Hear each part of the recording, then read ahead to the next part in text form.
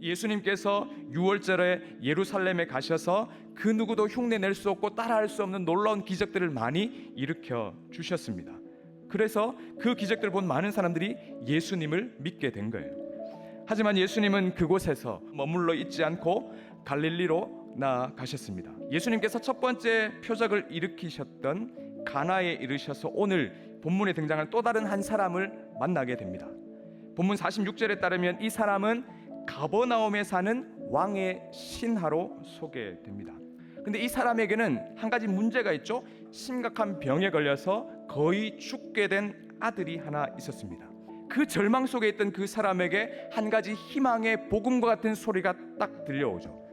기적을 일으키시는 그 예수님께서 유대로부터 갈릴리로 오셨다라는 그 소식을 딱 듣게 된 거예요. 사람들이 많이 몰려있는 곳 여러 곳을 찾아보니까 저기 예수님이 있는 거예요. 아들의 병을 고쳐달라 이렇게 요청하게 된 겁니다. 그러니까 단순히 한번 이렇게 해주십시오라는 것이 아니고 계속해서 반복적으로 고쳐달라고 이렇게 청한 거죠. 예수께서 이르시되 가라 내 아들이 살아있다 하시니, 주님 제 아들이 죽기 직전입니다. 빨리 좀 집으로 가셔서 좀 아들을 좀 고쳐주십시오. 그 당시에 이 아버지가 이 말을 들었을 때 그 마음은 기대했던 바하고 전혀 다른 거예요. 근데 이 왕의 신하는요, 놀랍게도 그 말씀에 순종합니다. 눈에 보이진 않지만 예수님을 내가 신뢰하기 때문에 믿음의 발걸음을 한 걸음 내딛게 된 겁니다. 그 기대와 우려 속에 가고 있는데 종들이 달려오고 있습니다. 그러면서 이렇게 이야기하죠. 아들이 나았습니다. 정말 기뻤을 거예요. 그 아들이 살아났다라는 거예요. 정말 예수님께서 말씀하셨는데 낫게 된 거예요. 이 일을 겪고 나니까 자기가 더 믿음이 더 확고해진 거예요. 근데 그 온 집안도 다 믿게 된 거예요. 우리를 향한 하나님의 사랑은요, 조건도 없고 제한도 없고 차별도 없다는 거예요.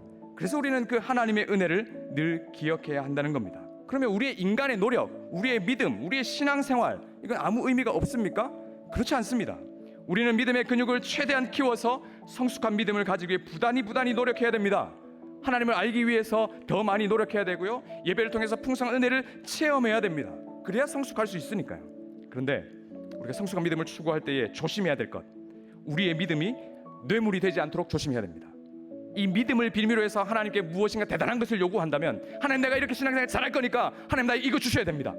이건 뇌물이죠.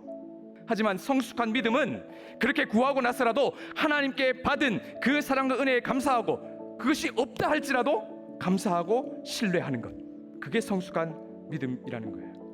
내게 일어나는 모든 일들이 다 하나님의 은혜라는 그 의식이 있을 때 우리는 뇌물로서가 아니라 선물로서 성숙한 믿음으로 살아갈 수가 있다는 거죠. 사랑하는 성도 여러분, 하나님은 언제나 선하신 분이에요. 그 선하신 하나님께서 우리에게 주시는 모든 상황은 우리의 눈에 보기는 어떠하든지 다 선한 거예요. 여러분 모두가 다 하나님 주신 그 참된 믿음, 성숙한 믿음을 가지고 은혜 가운데 감사하는 마음으로 살아갈 수 있기를 주의 이름으로 축원합니다. 왼쪽 화면을 클릭하시면 전문 설교를 들어보실 수 있습니다. 구독과 알람 설정을 눌러주시고 사람을 살리고 키우고 고치는 생명사역에 동참해 주시기 바랍니다.